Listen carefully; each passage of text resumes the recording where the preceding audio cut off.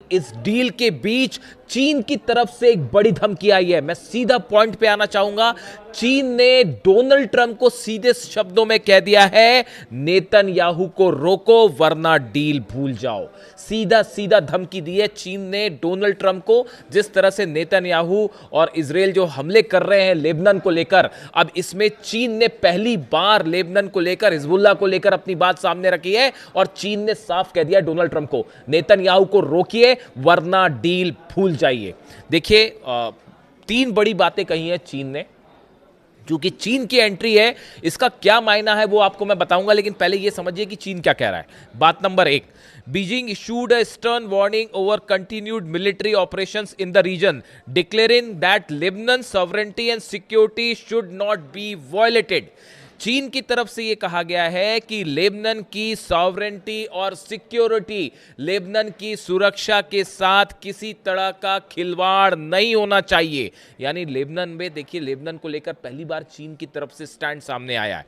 And urging all parties to respect ceasefire arrangements before the historic framework collapses. चीन की तरफ से यह कहा गया है, इसके पहले कि यह डील टूट जाए, ये जो एमओयू है ये खत्म हो जाए, इसके पहले पहले हर देश को इस सॉवरेंटी और सिक्योरिटी लेबनान की जो है वो सुनिश्चित करनी होगी और ये हमले रोकने होंगे। अब देखिए, पहली बात बीजिंग की तरफ से, चीन की तरफ से कही गई, विदेश विभाग के प्रवक्ता हैं उनकी तरफ से बातें सामने आई हैं। उन्होंने पहली बात तो ये कही कि लेबनान की जो सॉवरेंटी और उनकी सुरक्षा है, इसका रिस्पेक्ट करिए। दूसरी बात चीन ये कह रहा है, डोनाल्ड ट्रंप को कह रहा है सीधा सीधा कि देखिए, अगर ये हमले नहीं रुके तो इसका नतीजा ये होगा कि ये डील टूट जाएगी। इसके पहले कि डील टूट जाए, ये हमले रुकवा दीजिए। यानी चीन ने सीधी धमकी दे दी है कि भैया ये हमले आप रोक दीजिए वरना अंजाम बुरा होगा। दूसरी बात समझिए, China has officially broken it's silence on the landmark phase 1 memorandum of the understanding reach between United states and Iran. देखिए, जो खबरें छप रही है मैं आपको पढ़ के बता रहा हूं। अब इसमें गौर करने वाली बात यह है, जो दूसरी बात है, देखिए चाइना ने क्या शब्द का इस्तेमाल किया है। China has officially broken it's silence on the landmark phase 1 memorandum. यानी ये मेमोरेंडम कई हिस्सों में है। चाइना फेज 1 की बात कर रहा है, यानी जिस एमओयू की बात हो रही है ये कई हिस्सों में होगा, जैसा कि ईरान कह रहा है। ऐसा नहीं कि अभी से तय हो गया कि यूरेनियम का क्या होगा, न्यूक्लियर का क्या होगा, वो तो बात जब होगी उसके बाद होगा। तो देखिए, चाइना ने फेज 1 मेमोरेंडम का इस्तेमाल किया है, जो खबरें छप रही हैं उसमें। यानी चाइना ये मान के चल रहा है कि इसके कई फेज होने वाले हैं और अभी सिर्फ पहले फेज की बात है। खैर, आगे बढ़ते हैं। Throwing its diplomatic weight behind the reopening of the Strait of Hormuz, Chinese Foreign Ministry spokesperson Lin Jian stated that restoring safe, unhindered maritime passage serves the global interest। दूसरी बात जो चीन ने कही है वो स्ट्रेट ऑफ हॉर्मूज को लेकर कही है कि स्ट्रेट ऑफ हॉर्मूज खुलना बेहद जरूरी है ताकि पूरे देश में ऑयल और गैस सप्लाई पहले की तरह हो सके और इंटरनेशनल जो हित है उनको ध्यान में रखते हुए फैसला लिया जाए। पहली बात उसने कही लेबनान को लेकर, फिर कहा कि नेतन्याहू को रोको वरना डील टूट जाएगी, और दूसरी बात उसने ये कही है कि फौरन स्ट्रेट ऑफ हॉर्मूज आप खोलिए। यानी चीन अब दबाव बना रहा है अमेरिका के ऊपर कि तुरंत स्ट्रेट ऑफ हॉर्मूज खोल दीजिए, क्योंकि चीन के जहाज भी फंस रहे हैं वहां पर। इसलिए जो है वो चीन की भी अब एंट्री हो गई है। ये दूसरी बात थी। तीसरी बात, Beijing remains in the constant contact with the regional powers to safeguard Chinese vessels and crew members। तीसरी बात ये चीन ने कही है कि हम जितने रीजनल प्लेयर्स हैं इसके टच में हैं। अब रीजनल प्लेयर से क्या मतलब? ईरान से मतलब है, ओमान से मतलब है, सऊदी से मतलब है, यूएई से मतलब है। जितने अरेबियन देश हैं ईरान के साथ साथ, सबके साथ चीन संपर्क में है और चीन इस बात पर नजरें बनाए हुआ है कि किसके साथ अमेरिका की क्या डील हो रही है, अमेरिका किस देश के साथ क्या बातचीत कर रहा है और ईरान को लेकर आगे क्या प्लानिंग हो रही है। हर चीज पर चीन की बड़ी बारीक नजर है और इसीलिए वो ये कह रहा है कि हमारे जितने जहाज हैं उनकी सुरक्षा के लिए हम सभी जितने रीजनल प्लेयर्स हैं हम इनसे टच में हैं। तो अब ये तीन बातें अहम हो गई जो चीन ने कही है। अब इसमें जो सबसे इंपॉर्टेंट बात है, देखिए अब ये इसके चीन के इस समय ये बात के कहने के क्या मायने हैं और अचानक चीन की तरफ से बात क्यों कही गई?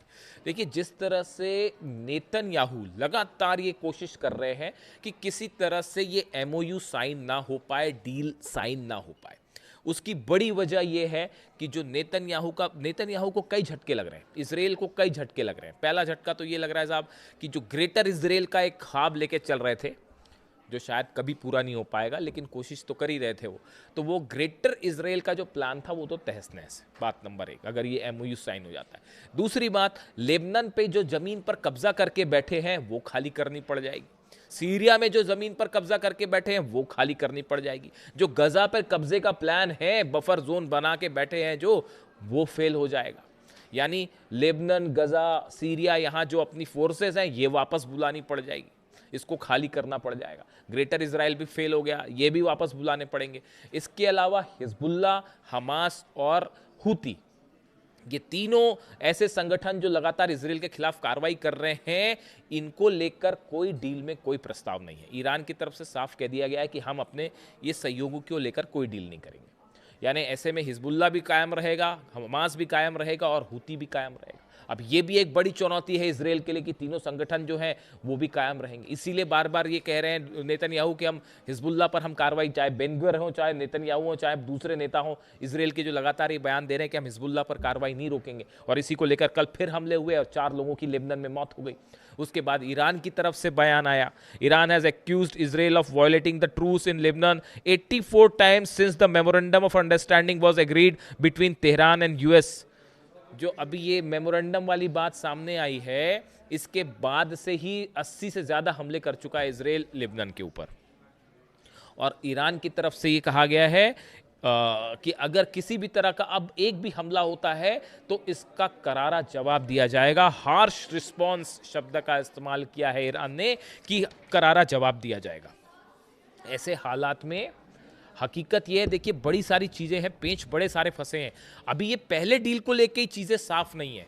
बाकी की जो चीज़ें हैं कि यूरेनियम का क्या होगा, अभी यूरेनियम का कब क्या होगा वो तो जब पता चलेगा कि यूरेनियम है कहाँ तब होगा ना।